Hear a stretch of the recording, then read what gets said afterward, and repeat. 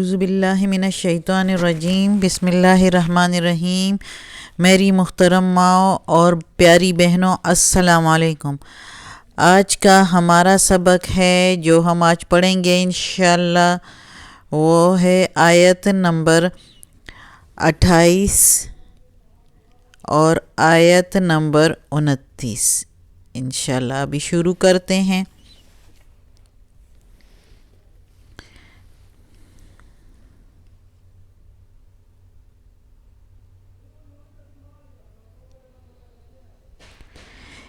کیف اعوذ باللہ من الشیطان الرجیم، بسم اللہ الرحمن الرحیم۔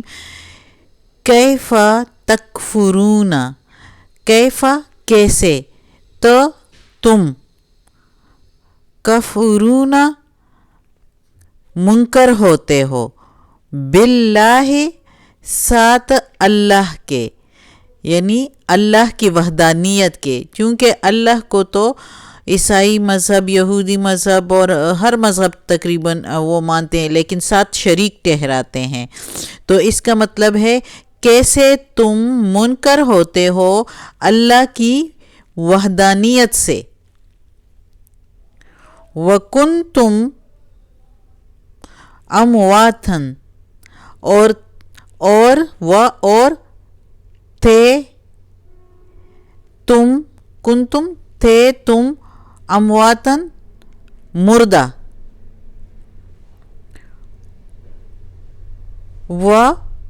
اور کنتم تھے تم امواتن مردہ، یعنی موت سے نکلا ہے مردہ۔ فَأَحْيَاكُمْ، اور پھر زندہ کیا تم کو۔ ثُمَّ، پھر یُمِیتُکُم، موت دے گا، وہ موت دے گا تم کو۔ ثم، پھر وہ میت، موت، کم تم کو۔ ثم، پھر یحییکم، زندگی دے گا کم تم کو۔ ثم، پھر الیہ، اسی کی طرف، الیہ طرف ہے، اسی کی طرف، ترجعون، تو تم، ارجعون لوٹائے جاؤ گے، پھر اسی کی طرف تم لوٹائے جاؤ گے۔ یعنی اس آیت میں بمحاورہ ترجمہ کرتے ہیں،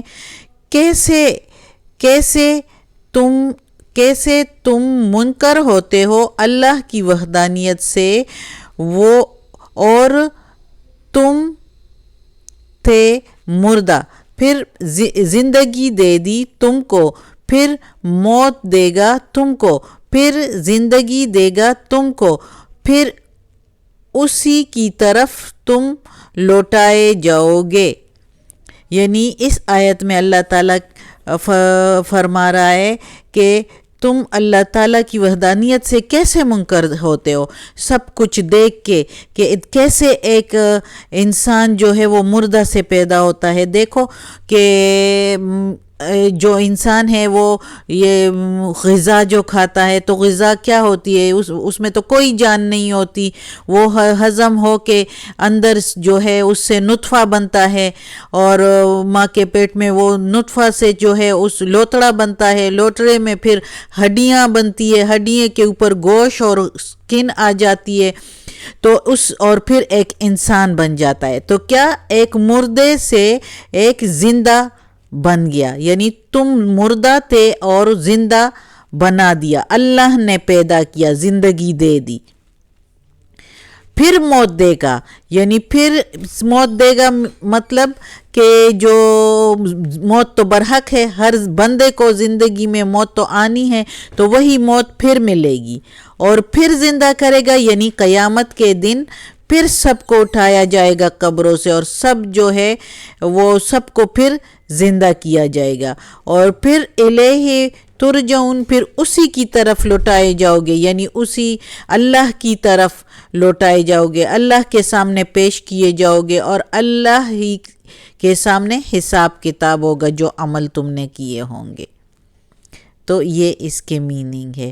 اور اب اگلی آیت، هو الذی، وہی ذات پاک ہے، خلق، بنایا، لکم، تمہارے لیے، ما فی الارض جمیعا، ما جو، فی میں، ارض زمین، جمیعاً سب، سارے کا سارا.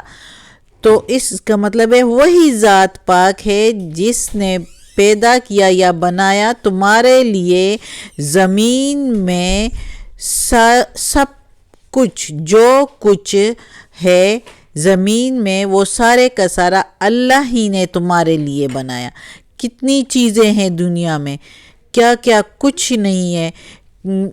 خوراک کی چیزیں لے لو، اڑنے پہننے کی چیزیں لے لو، سارا کچھ اللہ نے پیدا کیا انسان کے لیے اور ساری مخلوقات کے لیے.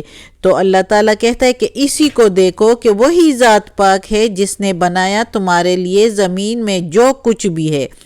ثم استوى، پھر متوجہ ہوئے، ثم پھر استوى متوجہ ہوئے، الی السماء آسمان کی طرف، فسواہن پھر ٹھیک کر دیا اس کو یعنی آسمان کو، سبع سماوات، سات سماوات آسمان، پھر بنا دیے اس کو 7 آسمان. وہوا، وہی ذات پاک ہے یعنی اللہ تعالیٰ، بکل شیء علیم، ہر چیز کا، ہر ایک چیز کا کامل علم رکھنے والا ہے. اللہ تعالیٰ ہر چیز کا کامل علم رکھنے والا ہے. ایک ذرے ذرے کا جو 7 زمین کے نیچے کہیں چھپا ہوا ہو تو اس کا بھی علم ہے اللہ تعالیٰ کو. ایک پتھر کے نیچے کیڑے کو اللہ تعالیٰ خوراک پہنچا دیتا ہے، اس کو پرووائڈ کر دیتا ہے. تو پھر اس کا مطلب ہے کہ ہر چیز کا علم ہے اللہ تعالیٰ کو. تو اس آیات میں اللہ تعالیٰ اپنی موجودگی کا جو ہے انسان کو تاکید کر رہا ہے کہ تم کیسے انکار کرتے ہو، جو انکار کرنے والے ہیں کیسے منکر ہوتے ہو، کہ میں نے جو ہے ایک مردہ سے تم کو جان دے دی، پھر تمہیں زندگی دی، پھر تمہیں موت دے، سب کو دیکھ رہے ہیں دنیا میں کہ موت ملنی ہے، پھر زندہ کرے گا قیامت کے دن، اور پھر اسی کے سامنے کھڑے ہوں گے، سارے حساب کتاب ہوگا. اور وہی ذات پاک ہے وہ جس نے اس دنیا میں ایک ایک چیز اپنے مخلوقات کے لیے پیدا کی ہے کہ ان کو کوئی مشکل نہ ہو. اور پھر جو ہے وہ متوجہ ہوئے آسمان کی طرف اور 7 آسمان بنا دیے. اور وہی ہے ہر چیز کا علم رکھنے والا، کوئی چیز اس سے چھپی ہوئی نہیں ہے. ایون جو ہمارے دلوں میں جو کوئی بات ہو اس سے بھی اللہ تعالیٰ باخبر رہتے ہیں. صدق اللہ العظیم. آج کا سبق ہو گیا. اللہ ہمیں اس قرآن مجید کو کے ترجمے پر پڑھنے کو پورا کرنے کی توفیق عطا فرمائے، اور اللہ ہمیں اس پر عمل کرنے کی توفیق دے، اور اللہ ہمیں اپنے سیدھے راستے پر چلائے، اس راستے پر چلائے جو سیدھا جنت کو جاتا ہے، اور اس راستے سے بچائے جو دوزخ کو جاتا ہے. اللہ اس راستے پر چلائے جو اللہ کا پسندیدہ ہے. اللہ ہم سے وہی کام کروائے جو اللہ کے پسندیدہ کام ہے، اور ہمیں برے کاموں سے بچائے. ہمارے آل اولاد، بہن بھائیوں کو، کل سارے رشتہ داروں کو اور کل مومن مسلمانوں کو اپنے سیدھے راستے پر چلائے، جنت فردوس میں جگہ عطا فرمائے اور دوزخ سے بچائے. آمین ثم آمین.